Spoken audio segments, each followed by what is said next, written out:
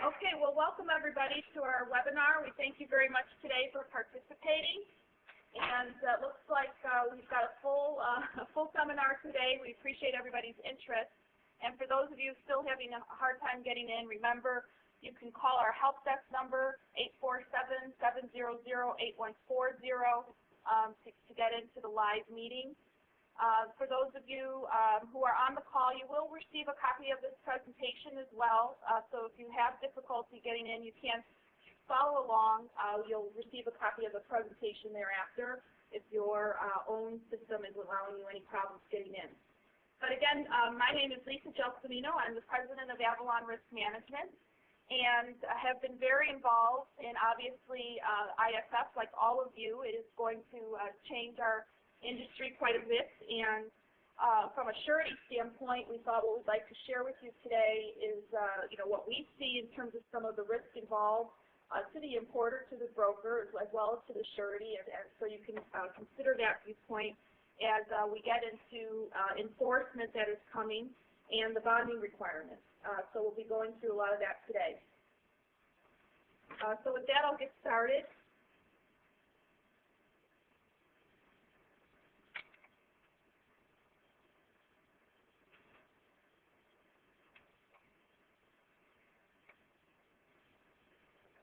Okay, so here, obviously, you all know what ISF is. I'm not going to spend a lot of detail on that. I'm going to spend more detail on the bonding. And to let you know some of our backgrounds here at Avalon, obviously, we've been very much involved with the NCBFAA and participating in the 10+2 bonding committee that they have. We've also been involved with the International Trade and Surety Association, which is all the customs sureties who interact with customs through the Customs Surety Executive Committee, what we call CSEC. So unfortunately, Customs has been a little bit late on getting their information out on the bonding requirements, and we apologize for that. A lot of this is new information that's just come out. Actually, a lot of the information on bonding is still not quite finalized. So we're trying to provide you with the most recent information that we have to get you prepared for that enforcement date. Obviously, you all know what ISF is and the elements that are required.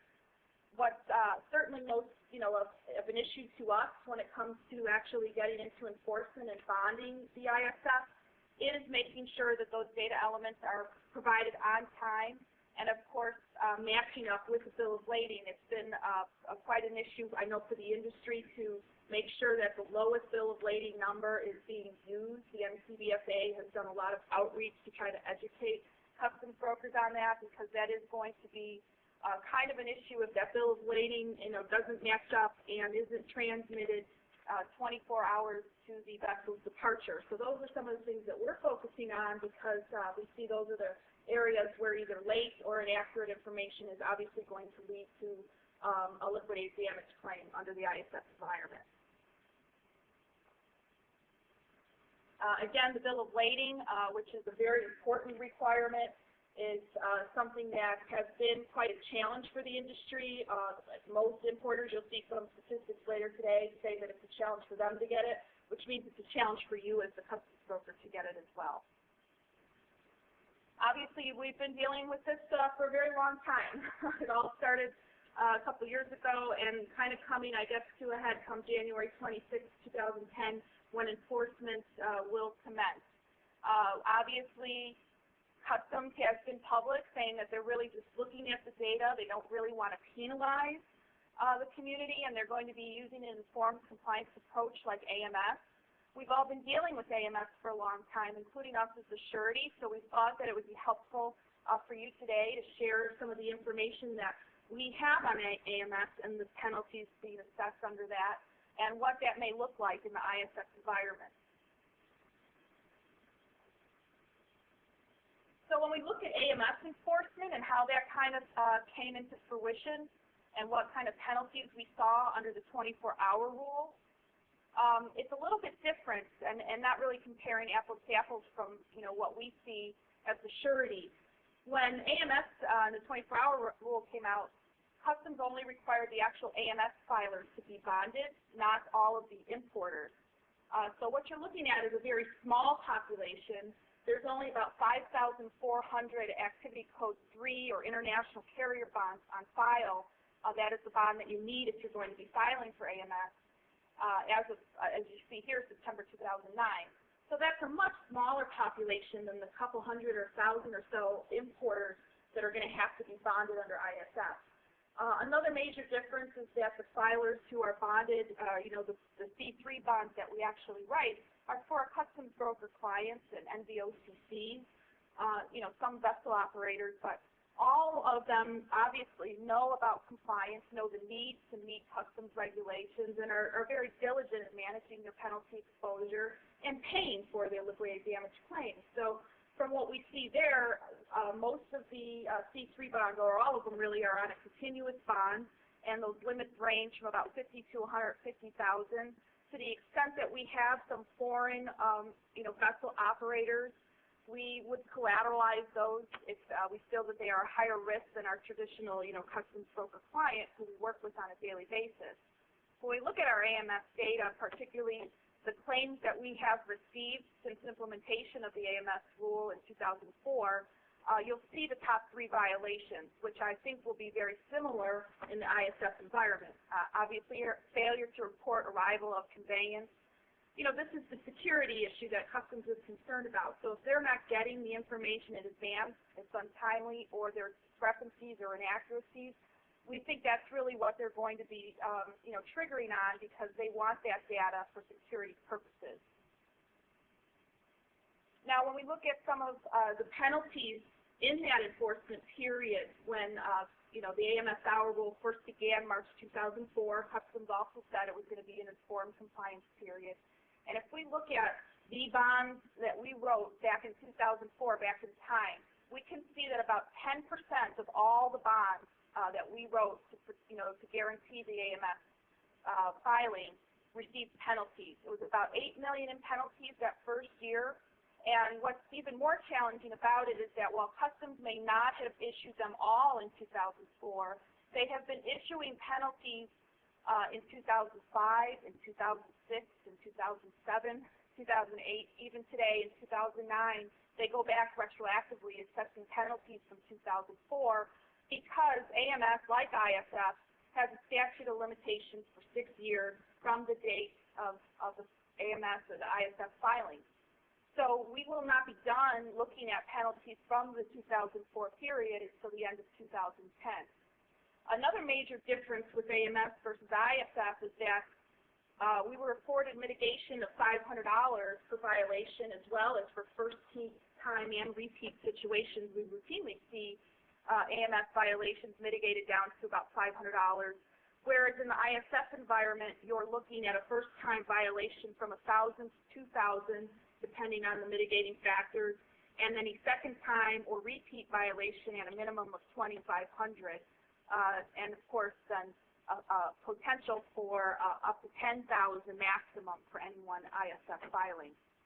Now, when we go and move forward and look at the years 2005, 2009, where we would agree that certainly that first year Customs probably relaxes a little bit, but as you can see, it's practically doubled in terms of how many bond principals they are assessing with penalties each year.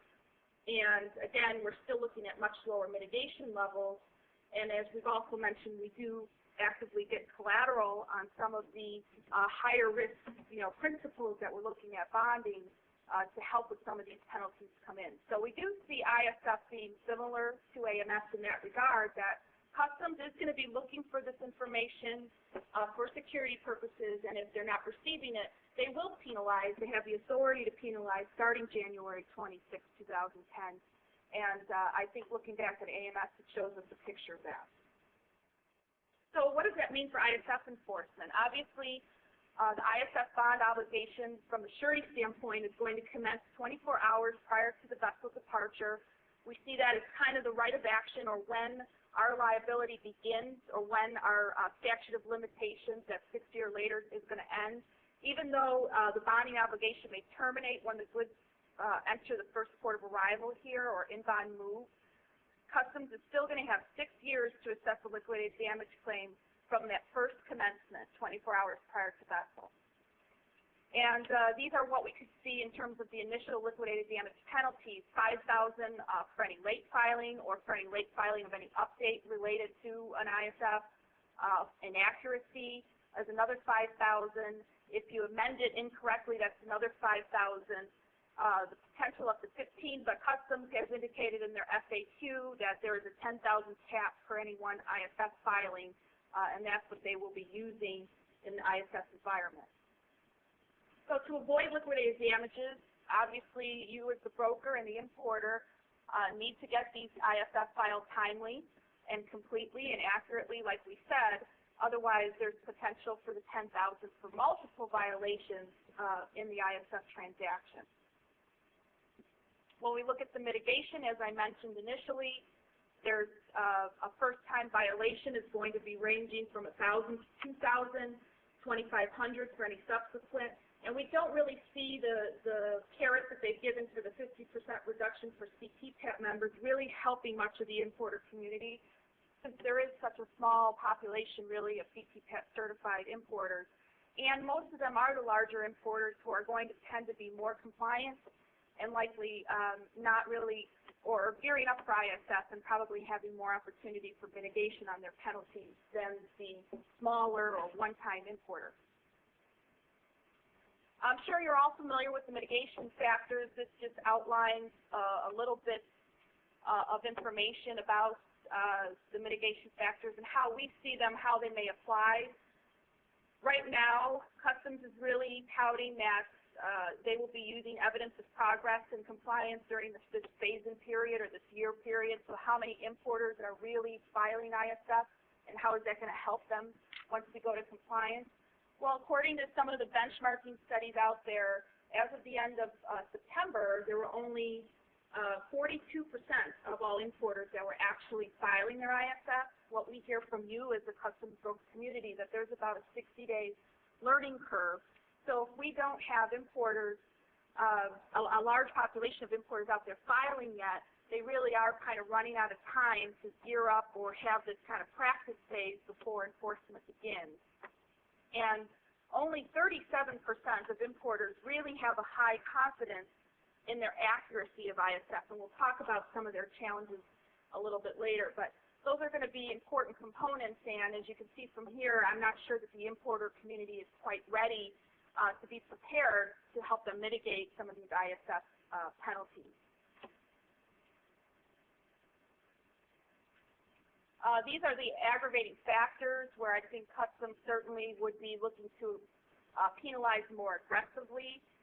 What we might see, though, here from multiple errors or rising error rates on the ISF, I think is where if you have an importer who hasn't started preparing, it's very likely that once they do get ready for ISF, they could have a rising or multiple error rate on their ISF until they get up and running. So it's really uncertain how Customs will treat that going into the enforcement period at this time. So let's look at what the statistics look like. I'm sure you've seen them all, and what we'd like to do is show you how we look at these statistics and what that means to some of the bonding exposure that we'll be seeing from ISF. Right now, we are pleased that about 90% of all filers of ISF are Customs brokers. We support the Customs broker channel, and I think everyone acknowledges that the Customs brokers are most prepared and able to facilitate the ISF filing. What's a little concerning is that Customs only shows about 99,000 ISF importers when there's about 800,000 on file. And I can tell you from my own personal experience, actually, my husband is an importer, and he imports ocean shipments from China, and just started his ISF filing within the past week. I've been asking him about it for months and doesn't know what ISF is. He filled out a piece of paper for his first ISF filing, but still doesn't really know what it's all about. And as he told me, he gets it in late all the time. And his Customs broker tells him, well, if you get this in late after January 26th, you're going to get a $5,000 fine. And I told him I'm not going to be paying it for him, so he better be prepared. So in any event, I think this is certainly a reality. I would say my husband is a small importer and typical of an importer trying to deal with ISF. Customs indicates that there's a 95% acceptance rate on ISF, and these are some of the typical errors that they're seeing. Most of these seem to be, really typos, I think, in terms of transmitting the data, and I do think that they will probably be lenient on that. I think what you're not really seeing, though, is in this initial phase, what is really late or non-filed, right? Right now, if you don't file, they're still letting cargo clear. When we get into the enforcement period, they are definitely not going to be allowing any cargo that arrives without an ISF filing to clear without a bond. And in those situations, as a surety, that's a known violation at that time. They clearly have not transmitted their ISF timely. We don't know if it's accurate yet, because they haven't filed it yet. And, those are going to be situations where we're really going to be looking to collateralize that bonding situation unless we know otherwise about what penalty could be coming down the pipeline. So, we know that AMS penalties indicate that 10 to 25% of bond principals may be fined in the ISF scenario, so we really need to look at what does that mean. So looking at the industry statistics, as I already mentioned, Customs thinks a lot of the importers are filing. 42% of importers say they're filing for their ISF ocean shipments, and only 87% are confident that they'll be compliant by the January 26th date. So that's another 13% of importers who are likely not going to be ready. 57% of importers are experiencing a lack of timely data, so again, inability to get their ISF on file timely, and 50% of importers indicate that the bill of lading is not available or not accurate 24 hours prior to departure. So these are all situations. 48% indicates bill of lading not available at time of filing. These are all situations that could really lead to a liquidated damage penalty. So what are the costs? We all know what the costs have been to you as the broker getting ready for this. There's a lot of costs to the importer. And what is the importer going to be looking at in this new environment? Obviously, these inventory carrying costs and delays that they're going to be experiencing. I think that shipment delay, which is averaging 2 days now, is going to go way up in the enforcement period. And the filing costs, obviously, now don't contemplate bonding, and there will be, associated bond fees with ISF. And I think the importer is going to be looking very closely, or should be looking closely, at their potential liquidated damage exposure in this environment. So when we try to apply that, AMS experience to what our ISF exposure is, this is kind of what we see as a surety, and this is based on the fact that we write about 35 to 40% of all customs bonds on file and work with about that largest share with the customs broker community.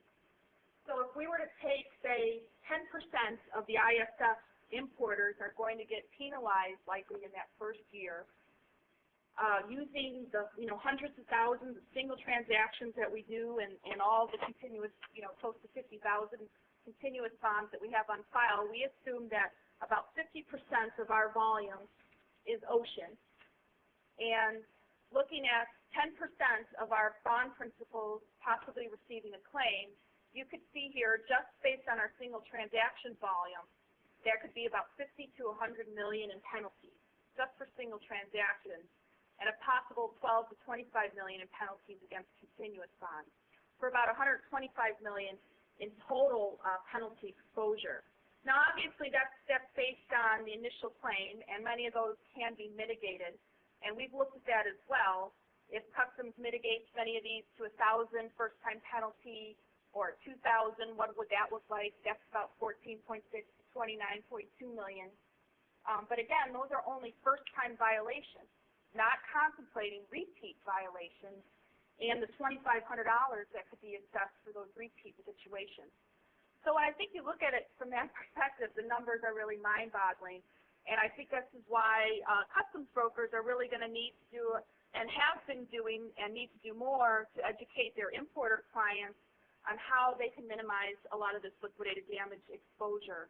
What we'll kind of show you later is how, if they get onto a continuous bond, they really limit their exposure to 50,000 versus this aggregated exposure of writing an ISF Appendix D bond for each of those ISFs.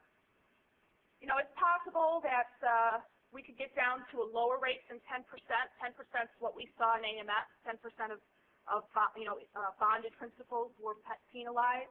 Customs says it's going to be in a 3 to 5% range.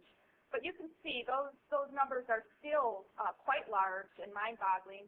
And the issue really comes down to is the importer is responsible for those liquidated damage penalties, but do they understand that they're going to have to be paying these? Do they know that a bond is not insurance? That's a common situation that we see as a surety company trying to explain to importers all the time that just because you paid a bond fee doesn't mean that this is insurance for your shipment. You still have to honor the payment to customs. So that's an education. Sometimes they can't afford to pay. Sometimes they just don't want to pay. And as a surety, we obviously have, we can be subject to sanction too, just like an importer for not paying our claims. We have strict time frames we have to operate in. And, we have to deal with those claims if the importer won't, and then can pursue that importer and even sue them if they don't pay their penalties. We see situations now where importers hold the broker liable for those liquidated penalties for causing them. And these are some of the things that we think could be a real exposure as we get into ISF bonding going forward. So as I mentioned, looking at, do I offer my customer, ocean customer right now is on singles. Sometimes you're going to be in a situation where a first-time importer, large importer, may have up to 50, single transactions per year before you switch them to a continuous bond. Well, in ISF, that importer is also going to have a separate ISF Appendix B bond in a minimum amount of $10,000 unless you can do a unified filing, which right now Customs is saying only 2 to 3% of the ISF transactions can be unified. So if we look at 50 ISF transactions, that's $500,000 in potential liquidated damage exposure for the importer, whereas a $50,000 continuous bond caps that same exposure to only $50,000 because Customs cannot assess a liquidated damage claim without a bond. And liquidated damages stem from the bond contract or violations of the bond contract. So I know this was a question on our webinar on Wednesday. Can Customs sanction the importer if the bond, if say they have a $50,000 continuous bond and their ISF penalties exceed the bond amount? Customs certainly will come after you for more, but as a surety and the importer, you always use as your defense that that bond is saturated. They have no right to come after you for more liquidated damages than the bond amount. And that's it. I mean, we've gotten professional advice from our customs attorney. We use this defense with Customs all the time, and they have no ability to sanction anybody for not paying penalties once that bond is saturated. So it is something that we are encouraging all of their brokers to look at their current single transaction volume, seeing how many of those ocean customers can be converted to a continuous bond because of this potential for them to get much higher liquidated damages in a single transaction environment. I believe it's cost for the importer. It brings competitive issues for the broker as well as an E&O exposure if the importer were to hold you liable by saying, well, you could have capped my exposure to $50,000, but instead I'm exposed at $500,000. So these are important things, that need to be considered in the ISF environment. So when we look at the ISF bonding scenarios, coming down January 26, 2010, bonds will be required. While the customs broker can use their own bond, we know that it's certainly not recommended by the NCBFA or us because of the liability that you'll assume for those liquidated damages. We recommend, of course, that you have to get a power of attorney, but the NCBFA has updated power of attorneys in terms of conditions of service that really address ISF and the ability to transfer that risk. And if you haven't been using those updated POAs or terms and conditions of service, we'd recommend you contact the NCBFA to get those current forms and also consider getting those newly executed forms from any of your ISF clients. Now, we mentioned already how an ISF needs a bond to enforce those liquidated damages and how we have that liability for 6 years. Customs has indicated that they will issue liquidated damages under the standard 59, 55A penalty that you see now, and they will be handled by headquarters for the first year as opposed to the port level. And they indicate that it's probably going to take them 6 to 12 months to even issue any claims. So this is where we're not really sure how they're going to treat ISF, probably for a year, all we can kind of look and see is what they did in the AMS environment and how that happened, because they do apply those penalties retroactively, as we saw in AMS. They are still assessing penalties today from violations that occurred in 2004. So an ISF must be secured by a bond, and Customs gives many different options for doing so. You can use the Activity Code 1 standard bond that you use now, what we call the 301 bond form, as either a single transaction, one time, or continuous. You can use the Activity Code 2 or 3. Most likely that's what the vessel operator who has to do the the ISF filing and the stow plans will be using. Activity Code 4 is that foreign trade zone bond. A foreign trade zone operator could use their bond to cover the ISF. And of course, as we know, Customs has come out with the new ISF bond, what we call the Appendix C, which can be written as single or continuous bond. There are no changes to the existing 301 bond amounts in any way. The bond form itself stays the same, and Customs has indicated that the bond amount calculations are going to be the same to cover both the entry and the ISF. We do have a draft of the ISF bond that was provided in Appendix C of the regulations, but that original draft in the initial rule said that the bond could only be written as a continuous bond, not a single. That was actually something new that came out in the FAQ, and that's what we as the surety have been trying to get our arms around over the past couple months since they've posted that, because it was a new, kind of a new provision. That required modification to the bond, and as of yesterday, we still have been following up with Customs, and they have not approved that bond form. And I know the NCBSAA committee is eagerly trying to get Customs to respond on these issues. As you know, there are exempt shipment types as well. When we look at the 301 continuous bond, which is the majority of what I think the industry will be using to cover the ISF, the Revenue Division has confirmed that there will be no change determining the bond amount to include the ISF activity.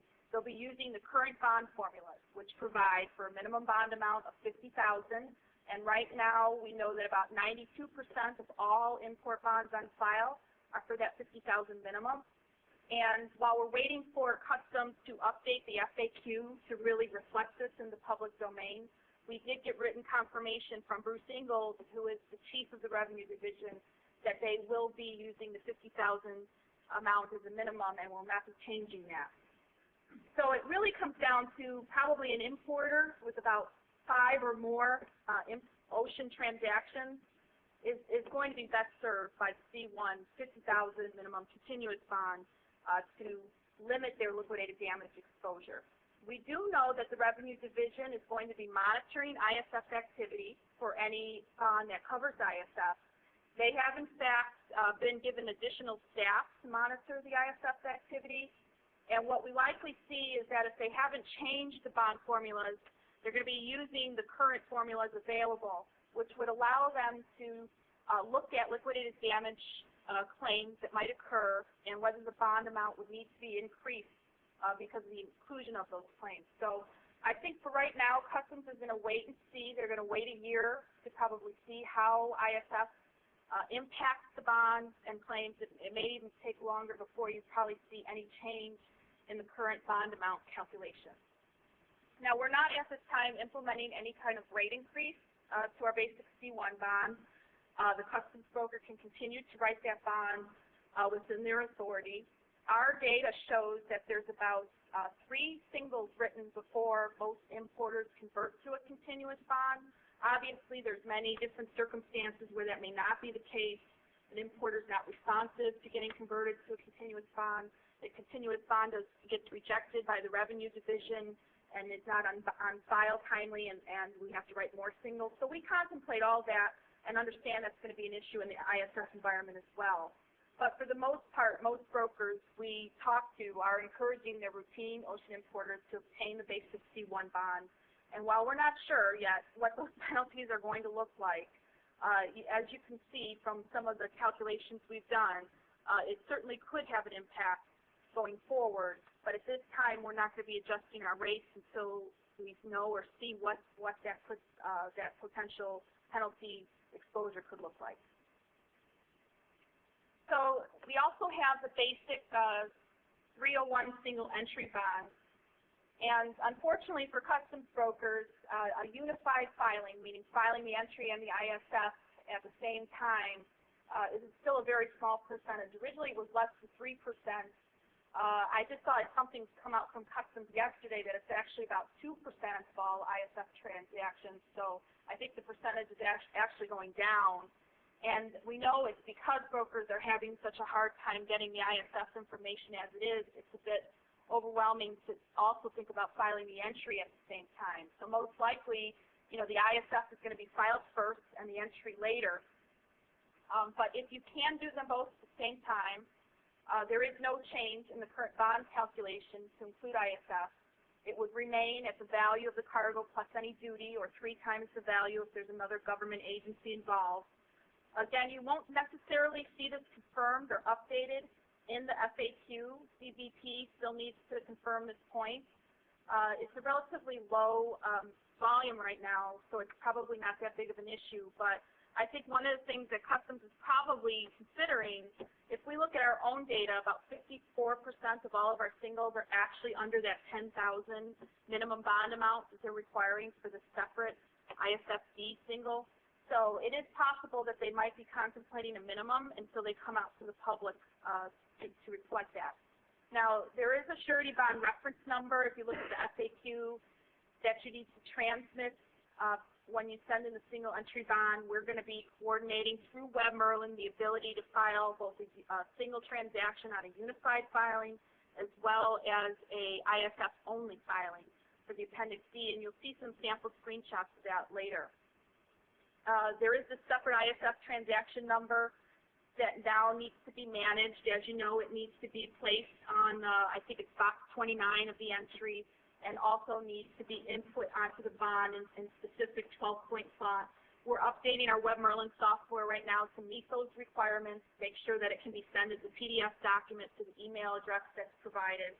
And at this time, for the basic single entry 301 bond, we're not implementing any rate increase since there's a very small amount involved. We anticipate that it will be for routine importers and customers, and the broker can continue to issue that single transaction bond within their authority and current rate structure.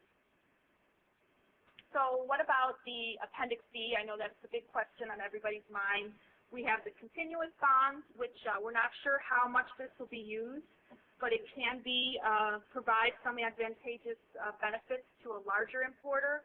I said earlier that 92% of all the importers actually have a $50,000 bond. Well, there's about 8% out there that have a $100,000 or larger bond, and those importers may be interested in limiting their ISF liquidated damage exposure. Right now, they would be exposing, if they had a $500,000 bond to cover their entry activity, they would be exposing that bond to penalties for ISF in the same amount. Whereas they could go to Customs and file a minimum $50,000 ISF Appendix D bond, they might be better served for doing that. The Revenue Division has assigned a separate activity code to manage the separate bonds. The 301 is activity code 1. And the ISF Appendix D will be activity code 16. So right now, if any of our customs broker clients really need a bond of this nature, this Appendix D continuous bond, our centralized bond unit can file that bond on your behalf. The draft of the bond form we see does allow for co-principals and divisions because many of these larger importers do have those requirements. But we've sent a laundry list of questions to the Revenue Division to ask, how will these bonds be termed, how will address or name change riders be handled, and we really don't know. They haven't come back to us. They said they'll be reviewing their procedures for ISF, but that's all we know for right now. So unfortunately, Customs is a little bit behind when it comes to keeping up with the bonding requirements. As far as the underwriting side of this, we are facilitating these through our CBU department because we really don't know how Customs is going to be treating a lot of this. So we're getting a completed ISF bond application. If you got a copy of our request or on our website, you can see a copy of this application. We will be asking for the importer's report card. While we recognize that it may be inaccurate, it is the only measure of what we can see right now for an importer's ISF activity. And we're not aware of customs requiring an Appendix D continuous bond over $50,000, but should that be the case, we would likely require a financial statement, and our rates are really going to vary based on the underwriting information to about 1 to 2% of the bond amount. So there is also the possibility that you have importers who, for whatever reason, would want to stay on writing single transaction bonds for their entries, but get a continuous bond for their ISF as opposed to, getting that aggregation of exposure for the ISF Appendix D. And they can certainly do that in this environment. We anticipate that there might be at some point ISF software providers. I don't know. Right now it seems like the customs brokers are really filing most of those ISFs, and there's not anybody coming in to try to file them on their own. But to the extent that they're not a broker, they're not an importer, they could conceivably need an ISF bond, and this continuous bond would facilitate that, but we would write those only with full collateral. Last but not least, because I know this is probably the biggest change for the industry, is the Appendix D single transaction bond. Right now, like I said, it wasn't originally contemplated in the interim rule, but we know that customs will allow the bond form to be modified to include a single, and that they're stating that it needs to be a $10,000 minimum per bond.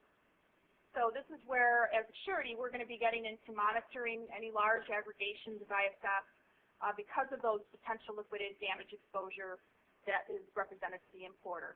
And we do have some sample letters and marketing materials that helps educate the importer on this. We will be providing those as a follow-up to this call. But most likely what we're going to see from an underwriting standpoint as a surety is that this ISF Appendix D single is most likely going to turn into those, low-volume, inexperienced importers, one-shot or DDP-type importers, not really experienced with ISF. And this is where we're really going to have to rely on our customs brokers to be our eyes and ears and know their importer client, because in the ISF world, if that one-time importer doesn't know how to file their ISF, doesn't understand it, they are likely going to get penalized. Maybe not this year, but they are. It's going to happen, and it's going to be a situation where, we're going to have to probably require, again, collateral on those low-volume, inexperienced importers who don't understand ISF because there's potential for these known violations that could occur.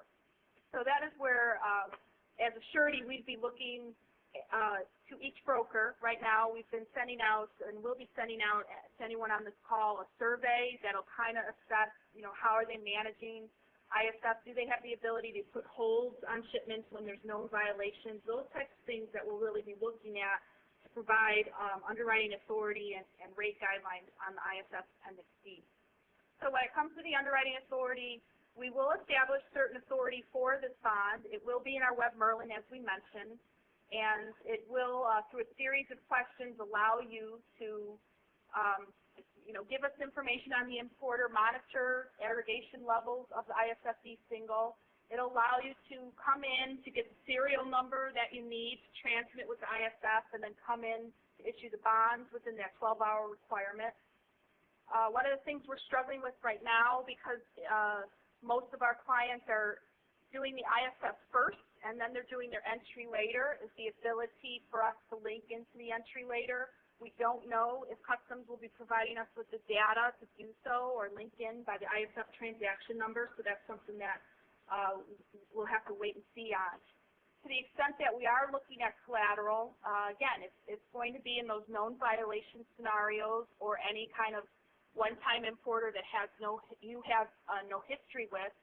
Certainly, we know a lot of our customs brokers work with, DDP and one-time shipments, but if they have the proper controls in place, we will allow these bonds to be written with those proper controls. We'll allow, or accept collateral very quickly via cash or a credit card or an ACH transaction. So we realize these are going to be very quick transactions. They're going to come. They're going to need the bonds.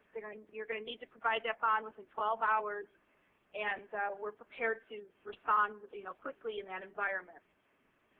Some of our clients have asked about they're going to have to go to a 24/7 operation because of this, in terms of, how quickly they're going to have to file ISFs. And and get that bond serial number, and then within 12 hours file the bond. We are trying to update our Web Merlin system to accept collateral online so that it can accommodate a 24/7 operation. Our first priority is to get the bond issued, and then the second priority will be to accept that collateral online if necessary, if you need to get a bond done quickly. As part of our collateral requirements, it will vary. It'll vary between 5,000 and 10,000 depending on what we see as the exposure. And we will issue a collateral policy receipt. Right now we've updated our ISF bond application as well as our collateral receipt to reflect the new ISF provisions and the 6-year statute of limitations that that Customs will be using in the ISF environment.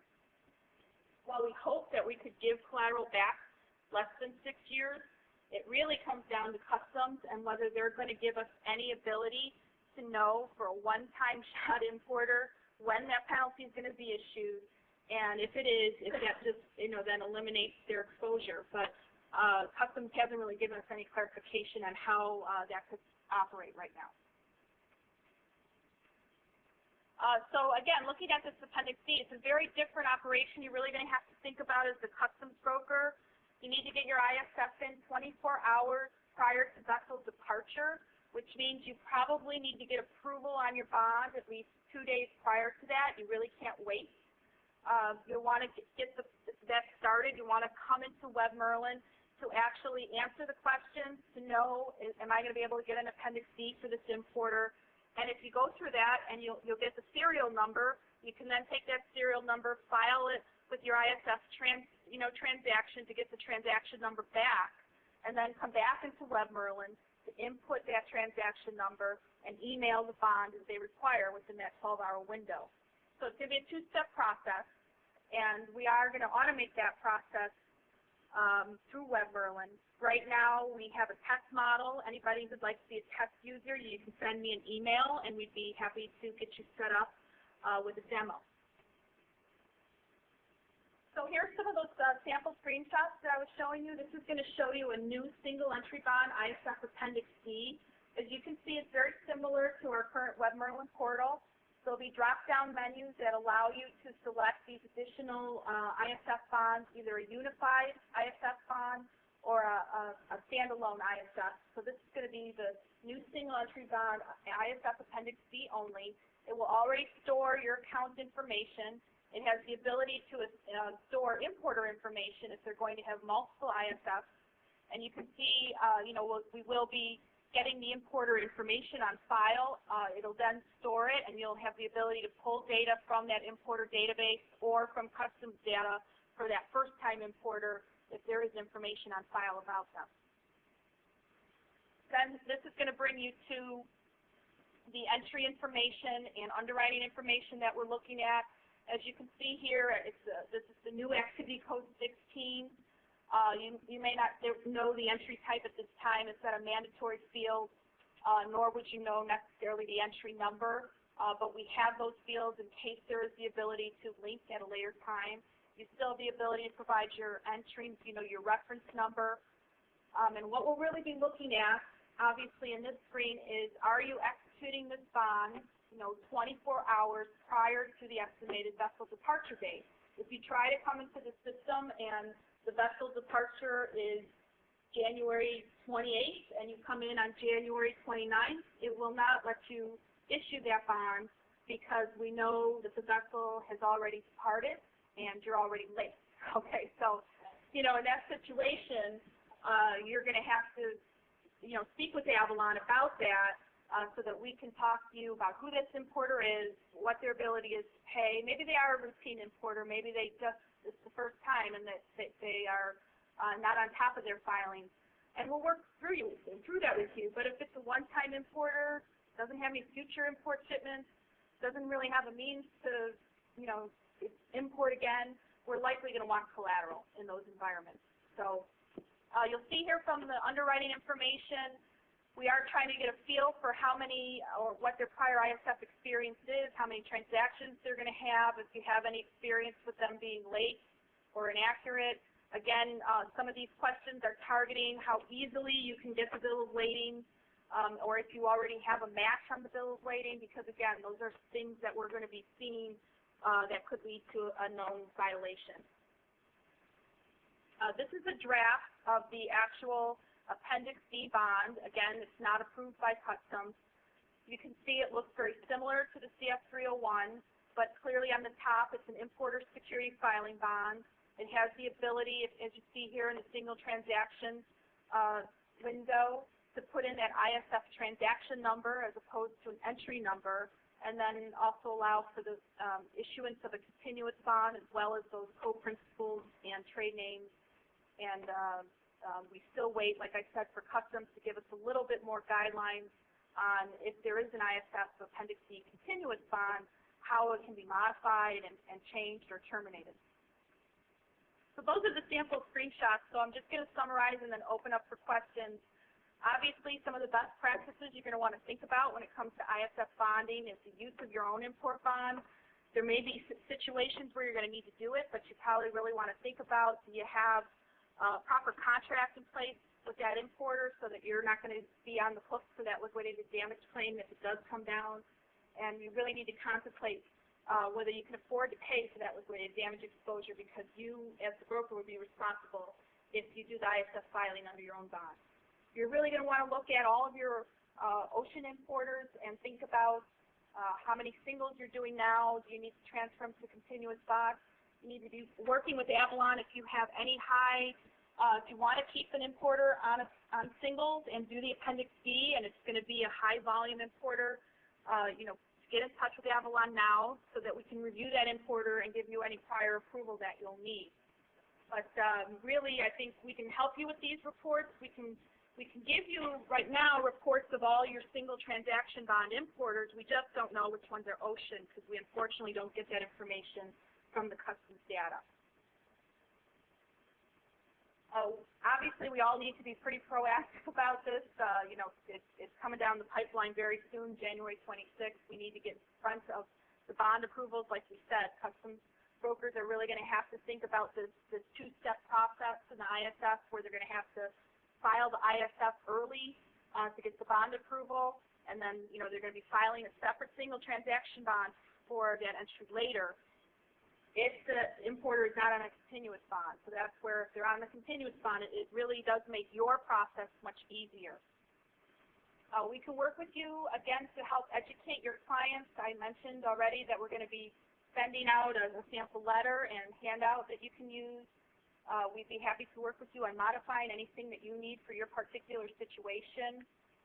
We want to help you work on your, if you get together your single entry list of importers, you can send that to us, and we can really work with you to target who's moving, what you're going to need in terms of the Appendix D bond moving forward for these EDP or one-time shocks, what your volume is, and your ability to kind of control liquidated damage claims that could come down for known penalties.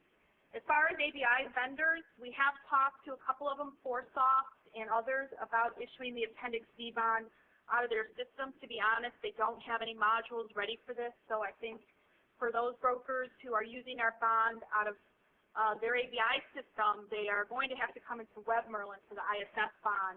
We'd be happy to work with your own in-house technology or your ABI vendor on issuing the Appendix D single, but it would have to be based on certain business rules to avoid the bond being issued for a known violation. And I think you'll really have to consider what the cost of that may be, because the ABI vendors don't have an existing module, and they are going to have to build it for you. Right now, the bond form is still not approved for usage, so that's why we're at a very short window to make that happen before the January 26th date. So we'll be providing separate seminars, or webinars, I should say, once our WebMerlin is live, to do some training on using the software.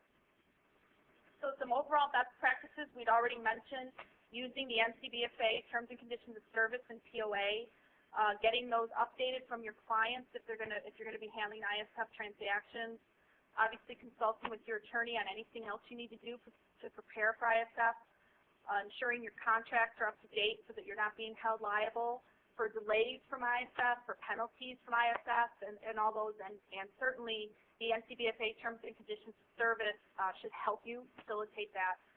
as well as your E&O.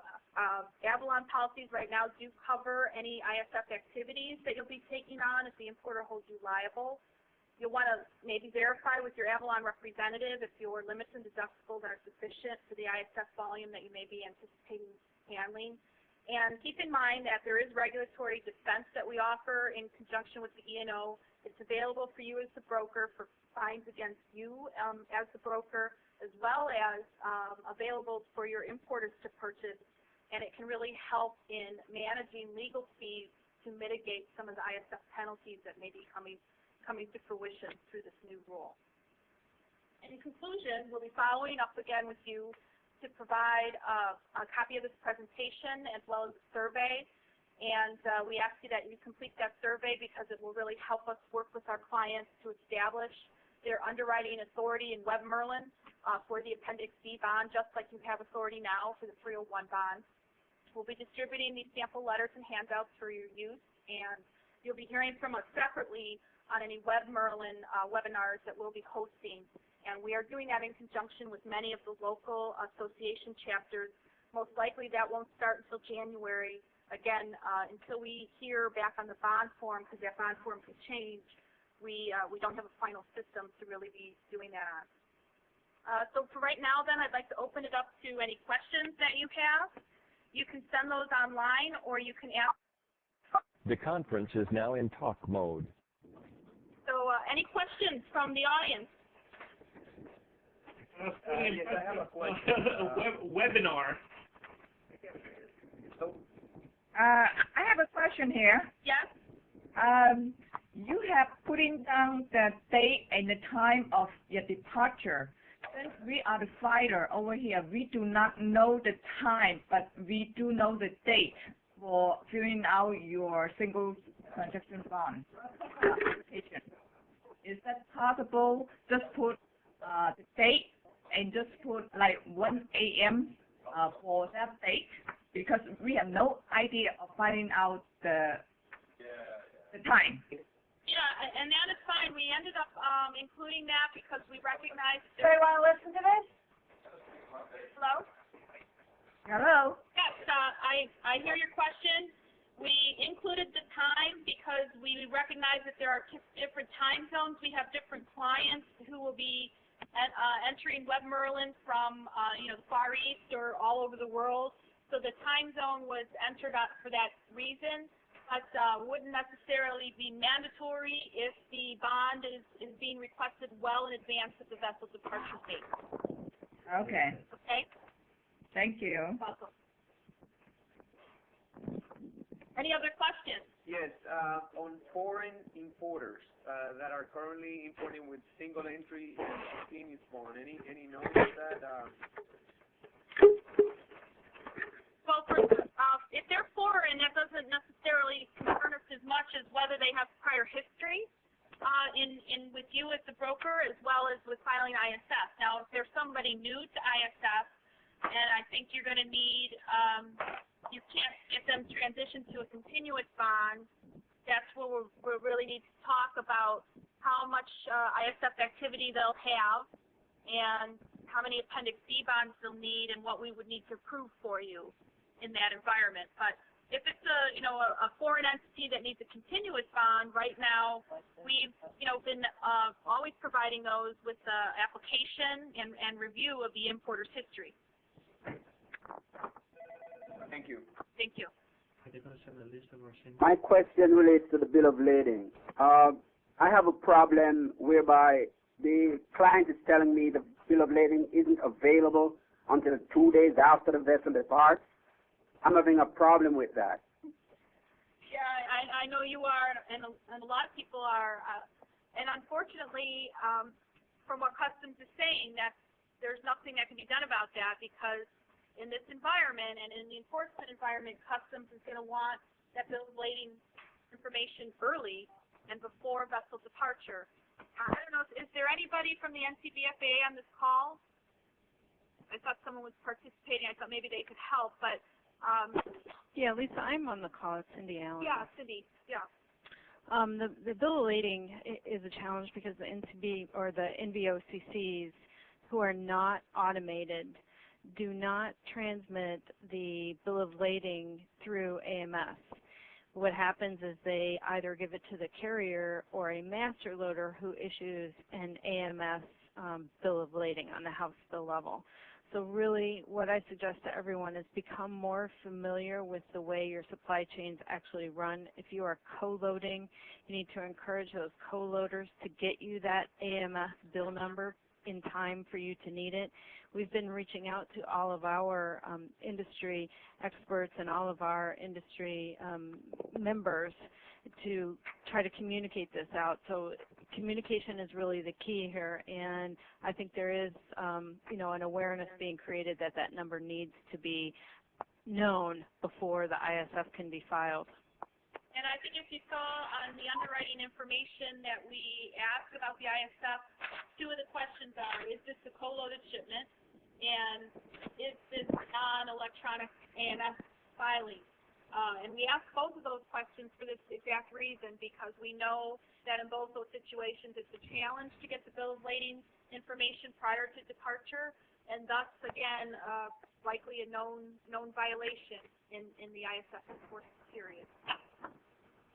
The experience I've had, I received documents from a co-loader. The house bill number I was given, this entry was filed a month ago, and 2 days ago I am still getting bill of lading number not on file, house bill number not on file from ISF, and the co-loader cannot verify the house bill number to me. What do I do? Yeah, I mean, again, these are going to be scenarios in the enforcement situation where you're not going to be in compliance. And I guess, Cindy, I'm sorry to have to ask you again, but what is the NCBFA's recommendation to the industry to solve these issues? Let me ask you a question. Do you control what co-loaders that you work with? No, because this was a designation by the shipper. Then my suggestion to you is to go back to your shipper and explain the difficulty that they are now going to have, and get in touch with your importer, because they are going to bear the cost of noncompliance. They're going to be the ones to get the penalty if they are unable to get you that number in a timely fashion. So you have some control of the supply chain here, and you need to really leverage that at this time. You need to go to your shippers, go to your importers, whomever is paying your bill, and explain that their arrangement with this entity is impacting their compliance. And when you put it in terms like that and you're able to demonstrate the financial impact that this is going to have, either they put pressure on the co-loader to get that number to you in a timely fashion, or they make a decision to move their business elsewhere, because ultimately it's going to be the importer who's going to be impacted by this. So you want to make sure that you do that. Also, if you make a mistake, the bill of lading number can be updated in the transaction. If you know it beforehand, Customs wants that. If you don't know it beforehand and you're filing with the information that you have at the time it is available, you'll want to make sure that you get that updated information if you get a bill of lading not on file. If you do reach out to a non-automated NVO or a co-loader and still can't get that information, you might want to pick up the phone and call Customs and say, we're having a hard time with this entity. They have been very willing to reach out to trade participants, the World Shipping Council, the carriers groups, and individual carriers to try to resolve some of these issues so that they understand how this is impacting ISF compliance. So you do need to work through those communication channels, both within your own supply chain and also, sometimes with outside groups. If they are part of a shippers group, you may want to go to that group, because I know and the NCBFA is not the only one trying to get the word out that this is really important. Thank you very much. Thank you, Cindy. Appreciate it. We have a couple of questions that came through online. I just, 2 or 3 that said, will this webinar be available for download? Yes, it will. As I mentioned, we will be sending out as a follow-up a copy of this presentation to everyone on this call. We have your email address on file. There was also another question. It says, continuous bond must be in effect at time of ISF filing, not time of entry, right? And that is correct. The continuous bond You need to be proactive getting those continuous bonds on file prior to the January 26th enforcement date and when you'd be filing your first ISF for that importer. Another question, I heard that the 42% figure was not importers that were filing, rather 42% of importers were filing 100% of the time. Conceivably, 92% could be filing 90% of the time. I mean, according to the information that we received, it was saying that 42% of importers were, only 42% of importers were filing for all of their ocean shipments. So it is our understanding that there is still a very large population of importers that are not. And we base that also on, I think this has been a concern for the industry, that there are 800,000 importer records on file. So obviously there's not just 99,000 ocean importers out there. There's probably a lot more, and that there's probably a large population. But the survey did say that by January 26th, they anticipated that 87% of all ocean importers would be filing. So that'll narrow down a lot of that window of importers who are just not filing at all or not in compliance. There was also another question here. What is the minimum ISF contiguous bond amount? And that is $50,000. And the question is, are you saying if the importer has a continuous bond, their aggregate exposure is limited to the amount of the bond? That is correct. 92% of importers have a $50,000 continuous bond, and the most that they can be assessed in liquidated damages in any one annual bond period is $1,000. So in the example that I had showed earlier, if you are issuing Appendix D singles, the importer is liable for liquidated damages up to $10,000 for any one single, and because Customs can assess multiple, violations against each ISF, yes, they have more exposure under the single than they do under the continuous bond. So in this question it says, in other words, if the importer has 20 violations with $100,000, but their bond is only $10,000, they in effect limited their exposure to $10,000. Though, is that you really have to think about an ISF, a separate ISF is under each single for $10,000. So if they have 20 ISF, their exposure is actually $200,000. They had a violation on each one of those, come back to each bond. If they have a continuous bond, no matter how many violations they have, they're limited to only $50,000 in liquidated damages. Hopefully that answers that question. Any other questions? Yes. I have an ISF 5 question. Yes. Hello? Yes. Lisa, how you doing? Good. I'm one of your customers. I'm a border customs broker down here in the San Diego Tijuana border, and around, I would say, 99 to 100% of my clients are from the Tijuana, Ensenada, Baja area. They don't have U.S. companies, and obviously the cargo arrives to Long Beach. We cut T&Es and move everything to Baja. I'm afraid by listening to all this, that we might lose a lot of business to the Ensenada port and blah, blah, blah, blah. What do you recommend us doing? Because obviously I don't want to be, as a broker, the ISF importer. Let's say I get them a customs assigned number, I get them a bond, but all that, do you have any recommendations? Because I hear everything that everybody's asking. Sounds like, ISF 10, 10 plus 2, but, don't forget about us down here.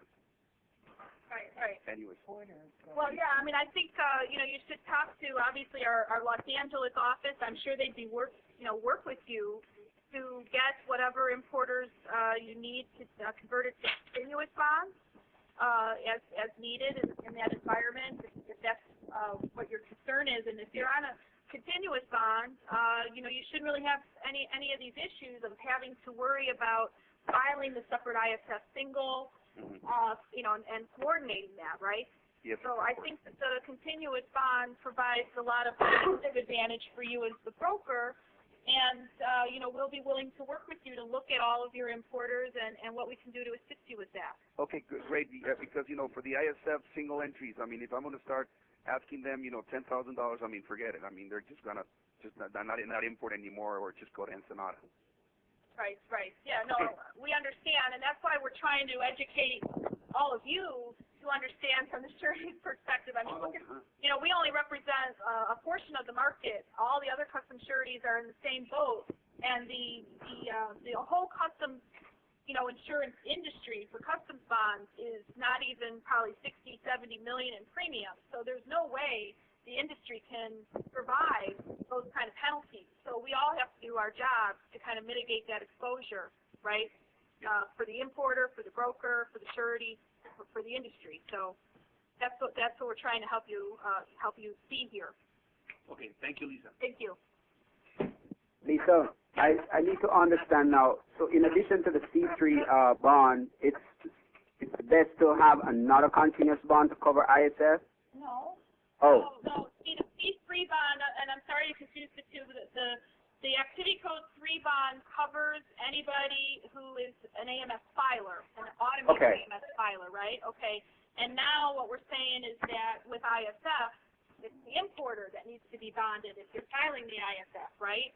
So they have an option to, these different options. Basically, the importer can get go into a continuous 301 bond to cover all their entries in ISF. They can continue to use singles, but if it's not a unified filing, they need that separate Appendix B bond, right? Or if they decide to stay on single transaction bonds, they can get a continuous, Appendix B bond to cover the ISF, right? Okay. All right, so that's where it's really the importers who have to get bonded for ISF. Okay. Okay? Understood. All right. Yeah. Lisa? Yes. I understand with larger importers who may have multiple bonds, continuous and custodial, that sort of thing, it is best to use the lowest value bond to cover your ISF, and you have that option? Well, according to the regulations, yes, I guess if you're an importer and you are also a large importer so that you're a bonded carrier and you have a C2 bond, you have maybe even a C4 bond because you're a foreign trade zone as well. According to the regulations, any one of those bonds would cover the ISF and thus could be used for the ISF filing. That is correct. And as I had pointed out earlier, yes, I think an importer would want to use the lowest amount bond. It's why they would also, if they have $1 million import bond, probably why they want a separate 50,000 ISF bond, because they wouldn't want to subject that $1 million bond to ISF penalty. Okay, so any other questions? I have a question. Can you hear me? Yes. My question is, if we transmit an ISF and it comes back with the information provided to us by the importer, and it comes back no bill on file, but the shipment leaves and then we update it later, is Customs looking at that as a penalty case? Yeah, well, certainly the bill of lading can be updated at any time, and you can update it later. Technically, under the rule, if the bill of lading is not on file 24 hours prior to departure, yes, Customs can issue a penalty. How they will treat that in this informed compliance period, we don't know, but I think we should all take seriously that, yes, the ISF as well as the bill of lading needs to be correctly transmitted 24 hours prior to vessel departure. The other thing is, if you file ISF and you never get a match, then there's no ISF filed on the bill, and you have a greater exposure there for just not filing. Well, yeah, and then those are all situations. I mean, I think if you don't file, right, you're not going to be able to get released because most likely Customs is going to put the shipment on hold. And so then, I think you're better off filing without whatever information so that you're releasing compliance in that part. Because most likely, if you haven't filed and they put the shipment on hold, they're going to assess a penalty for sure. I would imagine in that environment, that's what we're anticipating. And those are those known violations that we see where we'd have to get collateral, to protect that penalty that's going to come down the pipeline and pay it. But I think you'd be better prepared to do filing. Absolutely. And I think based on the mitigation guidelines that Customs has provided, they are going to be more lenient if you're trying to comply than if you're not trying at all. So, I think here we have another question that came in online on the Web Merlin screenshot. There are underwriter information questions. Is this a repeat importer? Do we have to file out the information every time we write the bond? And the question is, the answer is no, not if it's a repeat importer. Once we have that information and we know that they have continuous transactions, you would not have to complete that information each time. There would be more because I have a question. Hello? Yes. Lisa. An importer that receives or actually gets a shipment notice that the shipment is coming without his knowledge. Obviously, no ISF file. How should they proceed to protect themselves? Well, I think it goes back to what Cindy was kind of saying, is that you are going to have a lot of importer of records here in the U.S. who are exposing themselves because of their overseas relationships, their suppliers, and they really need to get back in touch with their supplier to understand this, because if they don't, the importer is jeopardizing their own compliance program as well as their own relationship with customs in this ISF environment.